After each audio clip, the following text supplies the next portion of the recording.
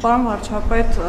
օրերս Ռոբերտ Քոչարյանը հայտարարեց, եթե իրենից հաղթանակը գողանան, ինքը պատրաստ է գնալ հեղափոխության, նաև տեսնում ենք, որ Սամվել Կարապետյանը ինքնահռչակ վարչապետի օրակարգ է ձևավորել, ճակերտավոր կառավարության նիստեր է անում, ամենատարբեր օրենքներ են ընդունում, նախ ինչպես հասկանալ այս քայլերը, ինչ հող են նախապատրաստում, հակակոռուպցիոնի ձայնագրություններից մեկում էլ հիշեցնեմ, ասվում է այն մասին, որ անգամ եթե Նիկոլ Փաշինյանը հաղթի, մենք գնալու ենք իրենց բառերով ասած պերևարոտի, եւ հետո երկրորդ հարցս նրա մասին է, որ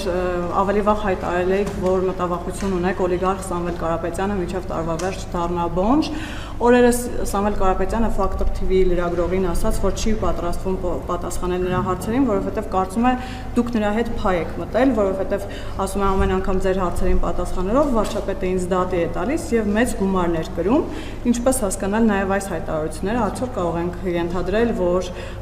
պարզունակ սպեր է ասում Սամվել Կարապետյանը եւ վախենում դատարանում դրա պատասխանատվությունը կրել։ Իդեպ ասեմ, որ եւս մի դատական հայց եմ ներկայացնելու, հեղինակը կամ կուսակցություններ կամ ով եթե անձն է անձը, որովհետեւ երեկվա Արմենիա հեռուստաընկերության տված հարցազրույցից հետո նրանք հայտարարել են, որ ես հաստատել եմ, որ 300,000 ադրբեջանցի է վերադառնալու կամ գալու բնակեցնելու Հայաստան։ Ես այդ կապակցությամբ երրորդ հայցը կներկայացնեմ եւ կարծում եմ այս անգամ արդեն գործ ունենք հրապարակային հարցազրույցի հետ, առավել եւս ակնհայտ է, որ երրորդ ներողությունը պետք է խնդրի Սամվել Կարապետյանը,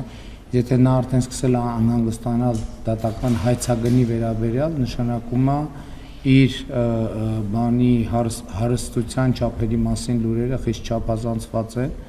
ինչ վերաբերվում է պերևարոտին, Հայաստանը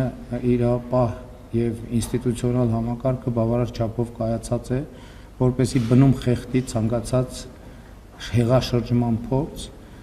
իսկ եթե Ռոբերտ Քոչարյանն այնքան է իր իրականության զգացումը կորցրել, որ մտածում է, որ ինքը Հայաստանի Հանրապետության ընտրություններում կարող է հաղթել,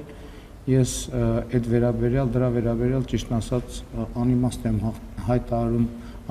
անիմաստ եմ համարում որևէ մեկնաբանություն ասել, մնում է միայն կարեկցել այդ մարդը։